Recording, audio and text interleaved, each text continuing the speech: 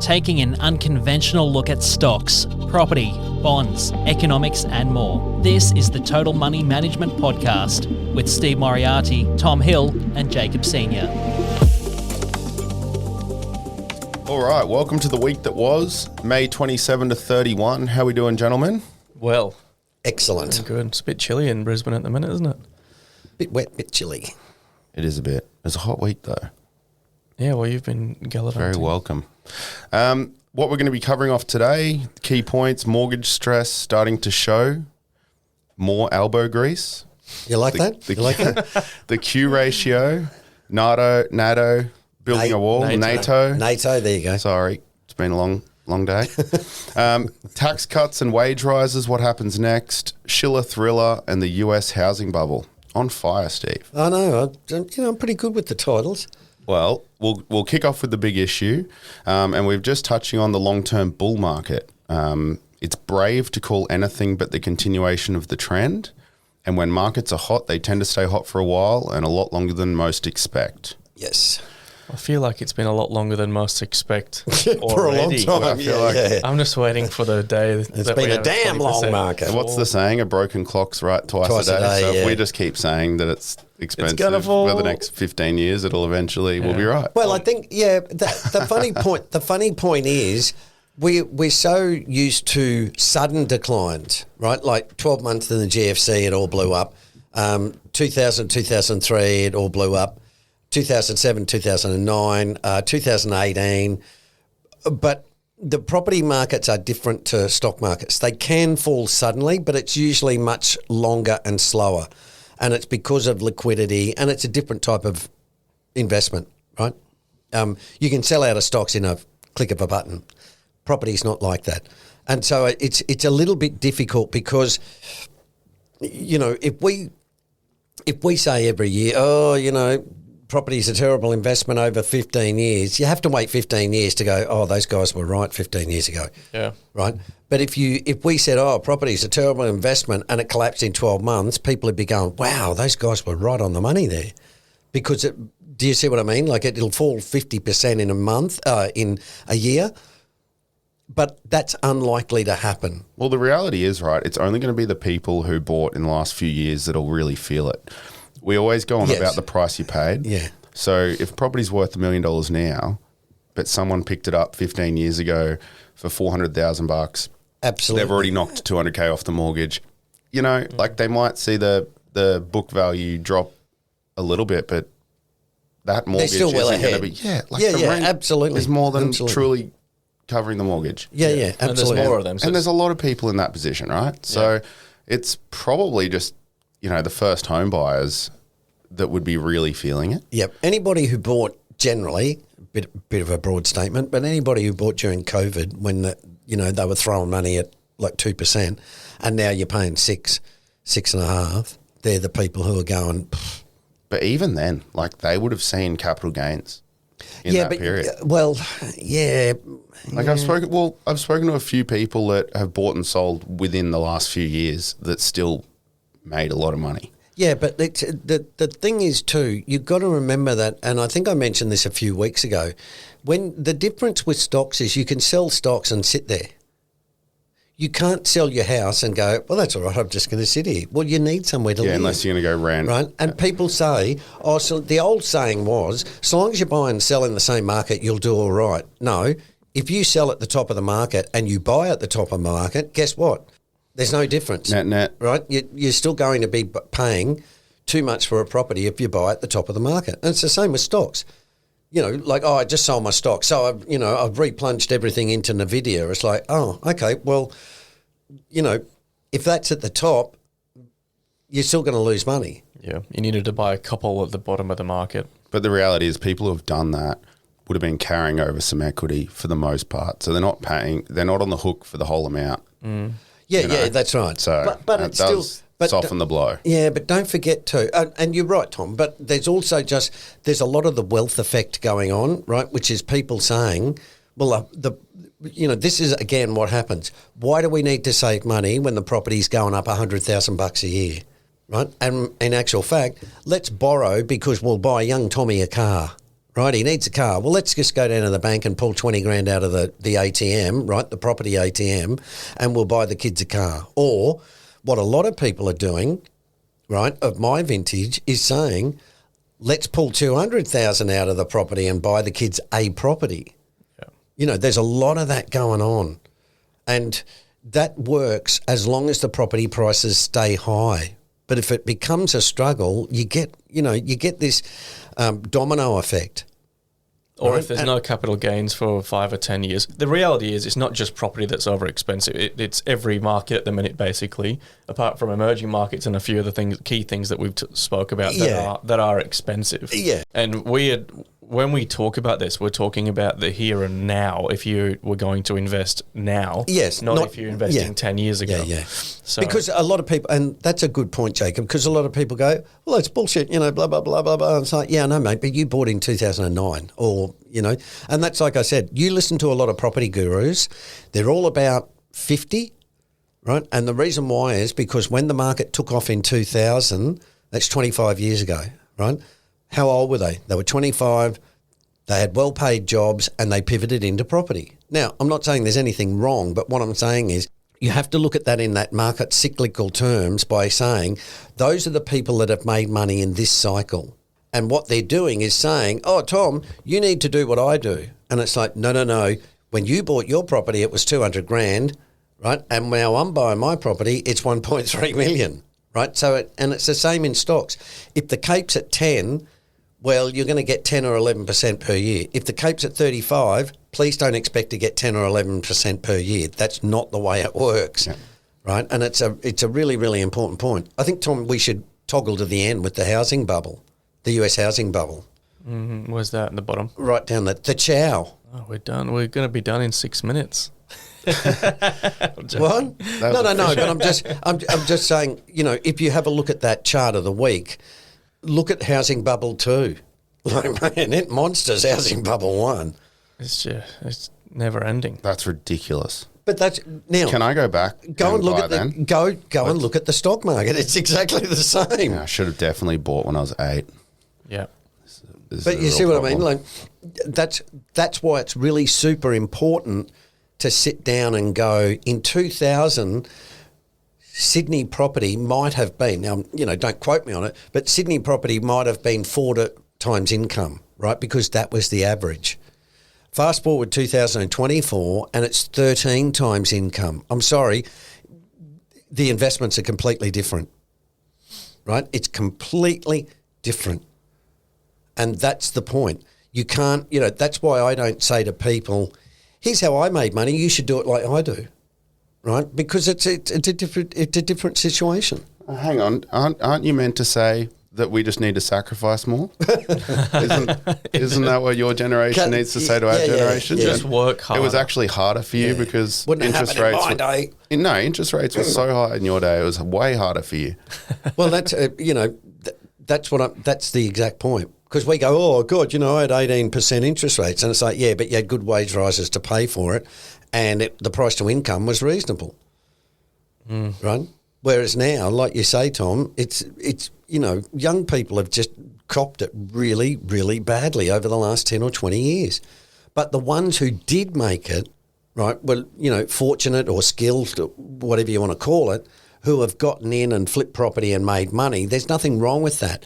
But all I'm saying is that people need to be careful because the generals fight the last war, right? And what I'm saying is you hear a lot of people saying, this is the way you make money in property. You leverage up and you use this and it's like, yeah, if you do that in 2000, you do really, really well, right? That's what I did. But you can't do that now. It's because it's different, right? The properties are not 175 grand like I paid for a unit at New Farm in 2000. Right now they're like 750 or 800, right? Without anything done to them. Mm. And wages haven't matched the growth. Well, it's a completely different situation. So you can't just say, oh yeah, you just leverage up. I mean, yeah, okay, you can, but boy, oh boy, you're taking a lot of risk. But as long as the price keeps going up, everybody's like, hey, things are fine, As long as the buyers are there. Mm-hmm. Yeah, but they can, like in the stock market, they can turn really, really quickly. Yeah, sentiment changes or turns, or something happens with deglobalization, and money stops flowing in from overseas, and then you've got a pop of the bubble. Bingo. So, anyway, on that, governments are becoming a little bit more involved in order to drive the new agenda around the 4 Cs and deglobalization. Started obviously with Biden, Inflation Reduction Act, and all the tariffs that are coming in from the US. Albanese and Europe are obviously not going to be far behind, because when the US tells you what to do, you do it. So, like we've spoken about time and time again the last few weeks, it's worth keeping an eye on the private-public partnership. Yeah. Well, we had the financial review come out, right? And the headline being, there's value in big government spending done right. Yeah. Now, let me give you a tip, They've mate. been listening to you. No. They must have been following you on Twitter. Yeah, but you know what it is? When the business community starts saying, oh, big government's okay, that's when you go, hello, something's on here. Because businesses have been arguing for the last 30 years to get government out of the way, right? You should stop, we should own Qantas, we should own Telstra, we should own everything, right? We can run it efficiently. Don't build roads, we'll build toll roads, right? Get out of the way. Now suddenly they're going, you know what, there might be some value in big government, because they can sniff the wind and say, oh, well, okay, actually, government could help us, right? Whereas before they were saying, get out of the way. Now they're saying, oh, actually, yeah, we want your help.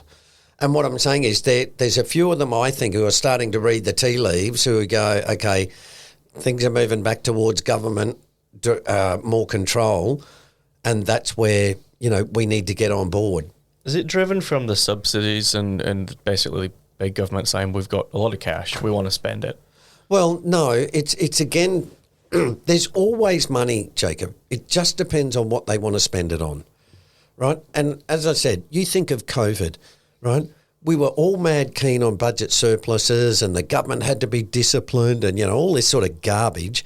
Then COVID comes along, and suddenly government, quote unquote, finds billions. Well, they always do. It's their bloody currency, right? So, but what I'm trying to get across there is the government's always got money, right? Because they create money.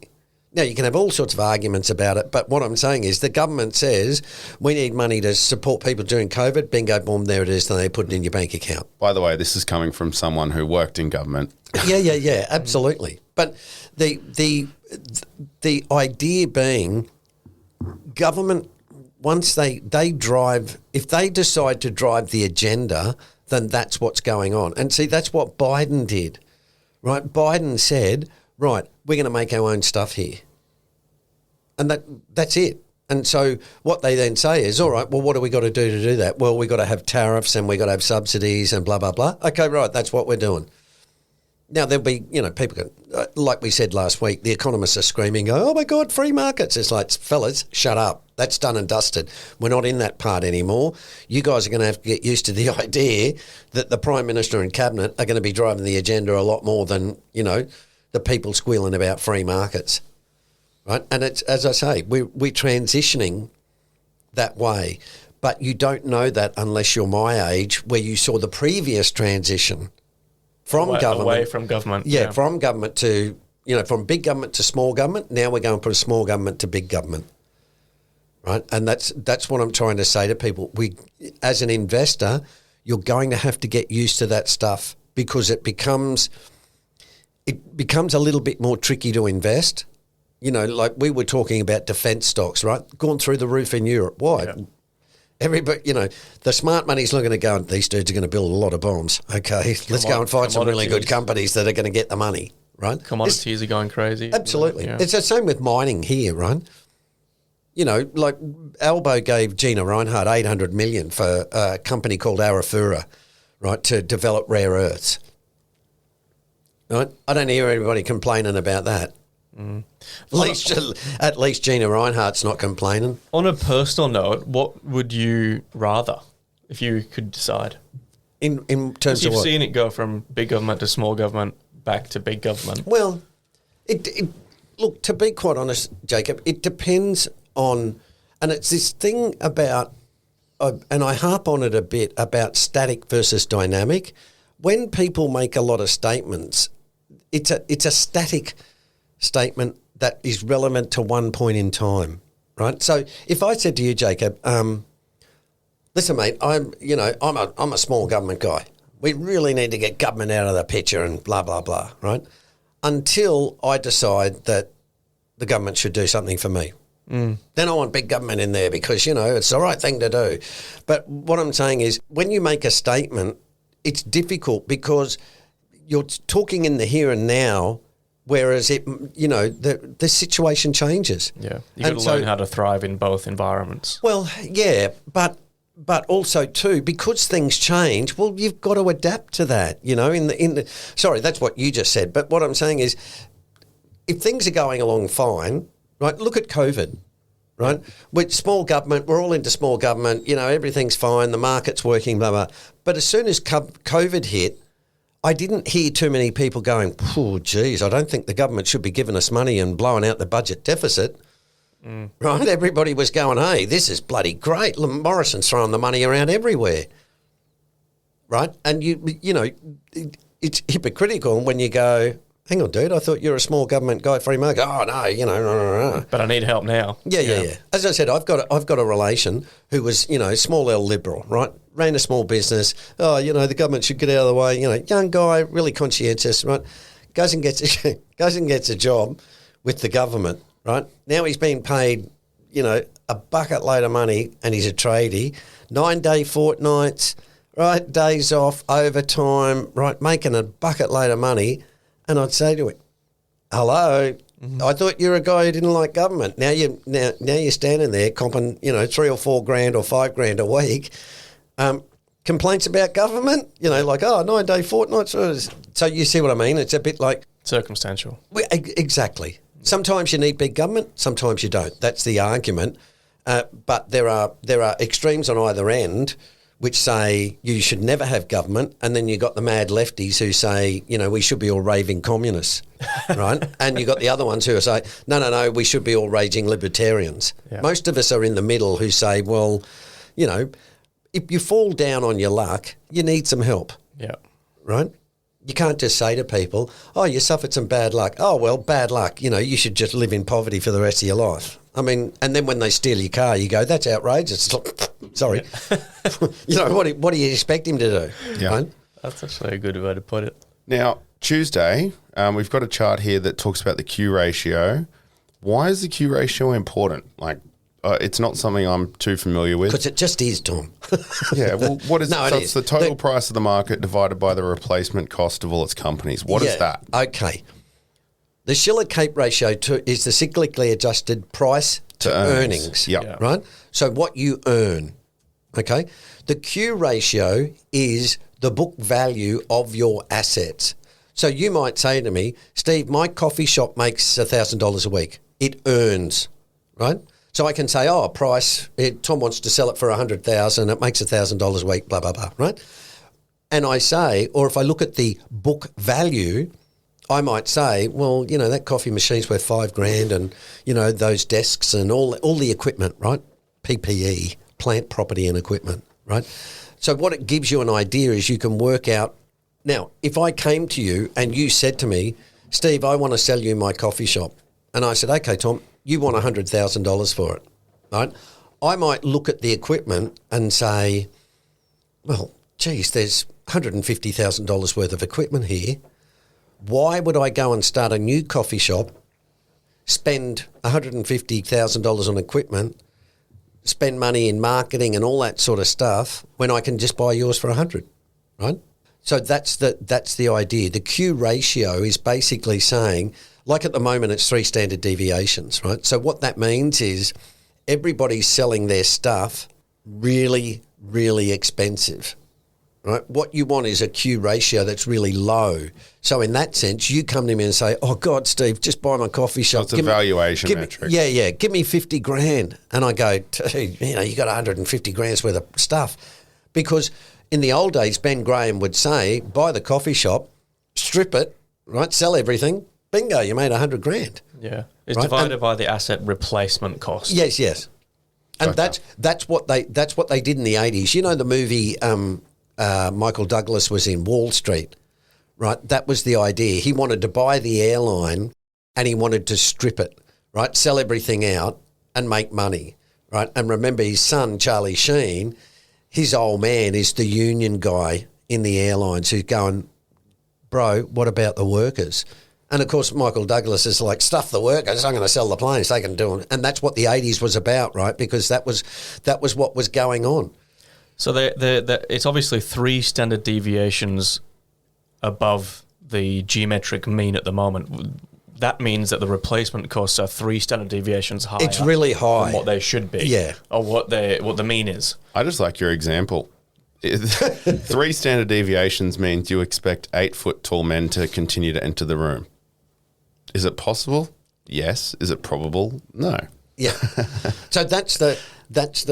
Do you see what I mean there? Like when the market's crazy, what you're saying is this outperformance, this extreme. It could continue. It could continue. Absolutely. Will it continue?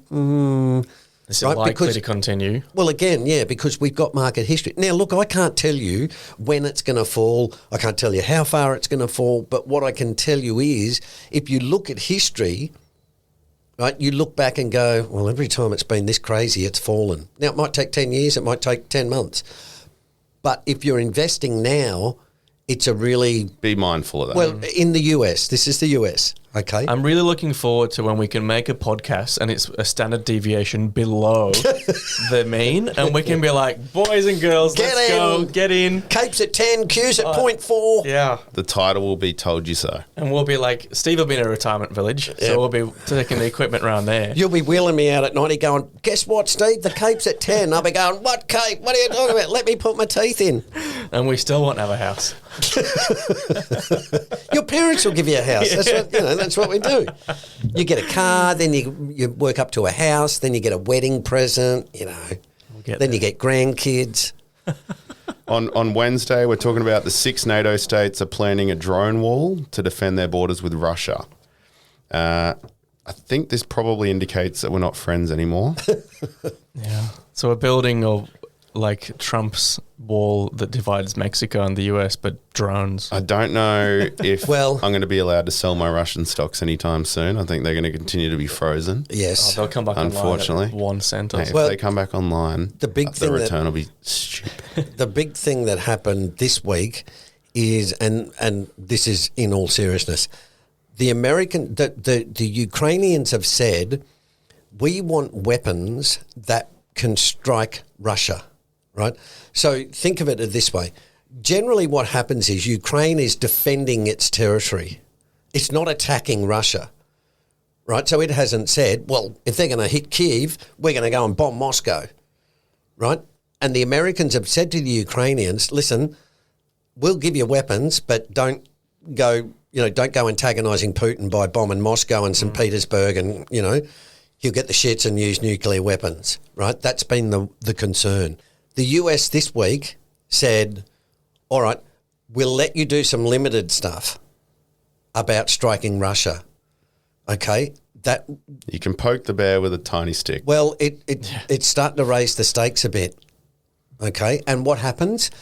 Medvedev, I think it was, or Putin's, one of his old cronies, came out and said, don't think we're not bullshitting about using nuclear weapons. Right? So in other words, but by the same token, the word is that the Americans have said to the Russians, if you guys use nuclear, it's on. Right? So in other words, you can talk about using nuclear all you like, but if you use a nuclear strike, tactical or not, it's on for young and old. Yeah. And that's the real concern. And that's not even talking about all the stuff going on in Rafah and Israel. Yeah. But that's the strategy. The strategy with China, Russia and Iran is to stretch the US as thin as possible across the world, right? Get them busy with Israel, get them busy with Ukraine, right? And get them busy elsewhere in the South China Seas with the Philippines and stuff. And because you've got to remember, it's hard to pay attention to, 3 wars at once, right? And that's what they're trying to do, because what they realise is China and Russia realise they can't beat the US on their own, but they maybe have a shot at it if they coordinate. Right, well, China. What does beating them look like? That's what confuses me. Like beating them looks like they get to run they get to dictate how the world runs. Right, so it's about the changing hands from the US's hold on things. The US hegemony has been around since World War II, right? 1945. And now it's 2040. The Russians and the Chinese have said, bearing in mind they're communists, right? So it was the same thing in 1945. After the war, there were two ways you could go. You could become a capitalist, follow America, or you could become a communist and follow Russia, right? And the Americans said, we'll run the global waterways, right? We'll look after it. So if you guys want to ship from Europe to Australia, no problem. We got your back. We've got the waterways, so the trade will flow freely, right? So no piracy and all this sort of stuff. That's been working because everyone's getting rich. But once the Americans said, well, there's nothing in this for us anymore, everybody's just taken the mickey out of us, i.e. China, and now China, is threatening America's hegemony. The Americans have said, all right, that's the end of that show. So we're going to suit ourselves. We're going to build our own semiconductors, and you guys, well, you can take your pick. If you want to be under the Chinese umbrella, well, best of luck, right? And that's what's going on, right? And that Putin and Xi are trying to dislodge the Americans out of, running the globe. By spreading them thin. Exactly. So may you live in interesting times. But in all seriousness, I tell you, it's, this is going to go on for a long time unless there's some sort of ceasefire. But I doubt it. I think it's just going to bleed for a long time, like it did in the Cold War when I was a kid. There were fights everywhere, and it was because when you don't have a global superpower, you've got the lucky thing we have in Australia is that we don't have any neighbours. Yeah. Right. When you go to Eastern Europe, these countries have been around for thousands of years. They got tribes that hate each other. Right. From, they slaughtered us in the 8th century. It's like, guys, that's like 1,200 years ago. That's the way it works. Right. They're really deep and tribal. And when the Americans say, all right, well, bugger it, we're not going to look after you guys anymore. One of the tribes goes, right, now we're going to pay them back for, that belting they gave us in, 1066. Right, let's get into them. And it creates, and everybody does the same thing. You get all these regional explosions. And that's what you had when that's what you had when Russia collapsed in 91. All the eastern states, right, they all, it was just complete chaos. Oh, dear. All right, well, let's bring it back on, Sean, talk about tax cuts and wage rises. That seems to be a bit of a more upbeat topic at the minute. So, look, we're most likely going to have to wait until September. Steve, you've mentioned that a few times now. Yep. That's why is that? So we can look at the data, or? Well, yeah, you're going to have to wait to see. People get it in July. Yep. And then, they might spend a bit or something, but it'll come through later in the year in data when they go, oh, look, we had a retail spike in July. That'll be people spending their tax cuts. Yeah. Right. As I said, the thing I think is I don't think a lot of people are going to spend them. There will be wage rises as well, but again, if you go from $12 and I'm exaggerating. If you go from $20 an hour to 22, and you get an extra $40 a week, it's not exactly like woohoo. I'm going crazy. Yep. You're just relieved because you need that $40 because you got a payday loan or something like that. The other thing I think, and this is where I think it gets tricky, landlords will say, "Hey, Tom's got an extra 50 a week. Let's put the rent up an extra 35, hey?" And wait for that. that's what investors do, right? They've got a mortgage where they've said, well, it costs us $1,000 a month to run this investment property. For the last few months, it's now been costing us $1,600. We're missing out. Tom got a wage rise. When's the contract due? June? Or, August? Okay. Well, let's make it from $550 to $600. Because we know Tom's doing all right and he's probably got an extra 50. There's still a rental crisis. Someone else will jump in there anyway. Absolutely. No one cares actually about Tom. It's just about who's in the bed. It's really, that's what it's about. Yeah. Until people until the collective, which we've talked about a few times now, say, no, we cannot physically afford this, we won't see rents decrease. Until there is something that stops the market from rising, whether it be a lack of, cutting back on immigration, people just suddenly go, I'm sorry, 13 times income is just too much. Some legislation gets passed or generally rent. What happened in the US was in the GFC was essentially they ran out of people to give money to borrow, to lend to buy property, right? And that's what, we've got 2.3 million landlords in Australia, probably about 2.4 now. So when you look at that, that's about 1 in 5, maybe 1 in 6 adults. That's a lot of people who have got investment properties. Yeah. Right? And at some point, and I think we've talked about this previously, at some point the bank says, hey, Jacob, would you like another, 1.5 million to buy a property? And you say, guys, I'm maxed out. Sorry, I can't pay it. Right? And then what happens? Well, then the property demand falls. Yeah. Well, yeah, in this chart here, right, there was a poll that you've shared, Steve, and it says the number of additional interest rate increases voters say they can handle before they would need to sell their home.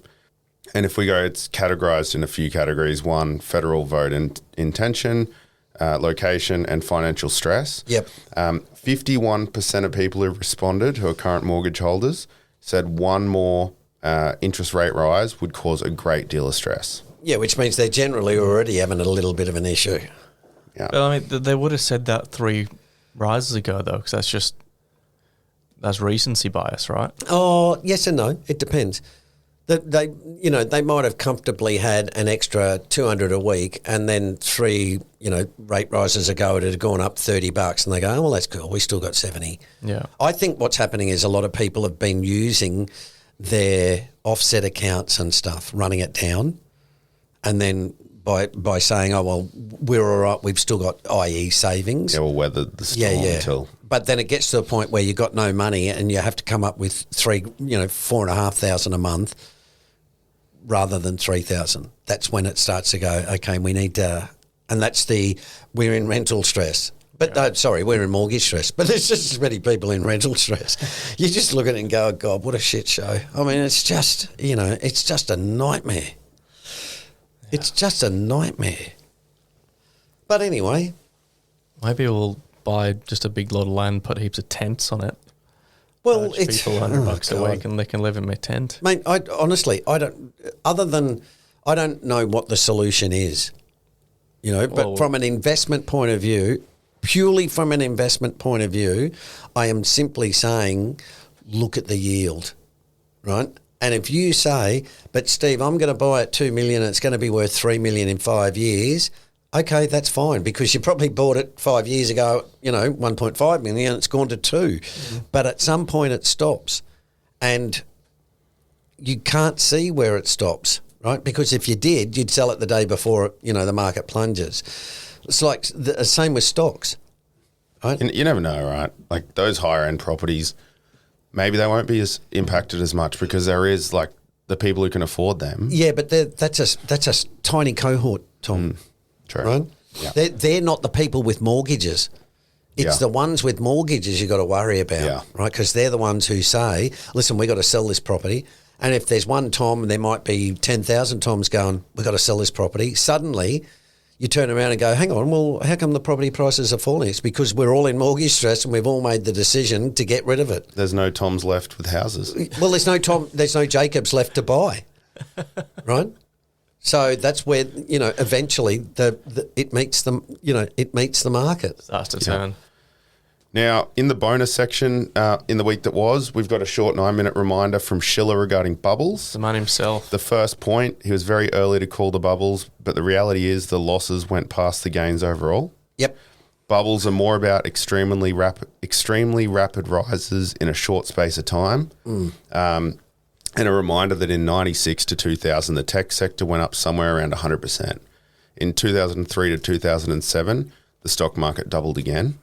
And from 96 to 2006, US house prices doubled. Yep. So I'll put this in it'll be in the show notes, the video, I'll link it, and then I'll put it in the Facebook page, and I'll also put it in Kajabi for those that want to subscribe to the week that was. just so you can jump back in and watch it. It's a really valuable video, actually. Yeah, it's a really good little thing. Robert Schiller's a really great, but, oh, God, he's terrible to interview. He just, because he's got so much because as I said before, if you make a definitive statement like, stocks are expensive, right? In 12 months' time, if it's gone up, they come back and go, dude, you said stocks were expensive. And it's like, yeah, I know. But there's more now. Yeah, and again, it's like that's right, Tom. It's like over time, I'm telling you, if you invest now, i.e. Cape, you won't do that well. But next 12 months, absolutely, you could shoot the lights out. So in 96, the Cape ratio was, I'm not sure, but I think it was about 30, which is not crazy, right? It doubles in 4 years. Well, 30 is pretty crazy for a Cape ratio. Absolutely, but it went to 44. Yeah. Mm-hmm. But what I'm trying to highlight there is that what they know about bubbles is not necessarily, it's when things get exponential, right? And so for property, 10 years when the property price doubles, right, rule of 72, 7% a year, that's, you listen to that and you go, that's not that much, but it is for property. Right, and that's what happened. In 2006, they went, game over, right? And with stocks, in 1996, stocks were already expensive. They doubled again, and then it went, game over, right? And so what the studies show is it's that absolute, exponential rise. Like the last 2%. Yeah, where it just goes up 100% in 4 years rather than go up 100% in 14 years. Yeah. Right? Because what that shows is a mad rush of money into the sector. Well, and the scary thing is that between property and stocks is most property is leveraged, most stocks are not. Generally, yeah. So when it crashes harder and it has more consequence in property because you might have $100,000 in the stock market, but you've got $1 million in property. Yeah, and you borrowed 900,000. That's what I'm talking about. Yeah, and if your property goes to 1.1 million, your equity of 100,000, you could sell for 1.1 million, pay the loan back for 900,000, and say, well, I just turned 100,000 into 200. Right? That's the benefit of leverage. It's really good and it's great fun on the way up. On the way down, if you buy for $1 million, you borrow 900 and the property falls from 1 million to 900, your 100,000 equity just got wiped out. Because if you sell the property for 900, you got nothing left. Yeah. Right? So that's the problem. Leverage is great, but you've got to be really careful. Right? We talked about it on the coaching call. If you use it wisely, it's fantastic. And the older I get, the more I realise that this is a bit of a big statement, but if you want to make really good returns, you generally got to use leverage, right? Because if you use it properly, you can do really well, but you've got to be careful, right? Yeah. We got to have a strategy in place. Yeah. Right? All right. Yeah.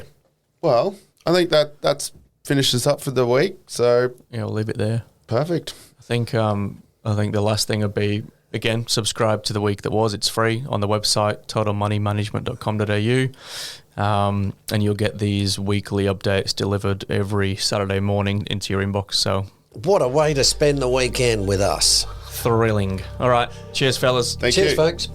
Stay up to date on our socials. Just search for Total Money Management on Instagram and TikTok. For your free investor personality assessment, go to totalmoneymanagement.com.au. And as always, remember, we don't provide financial advice.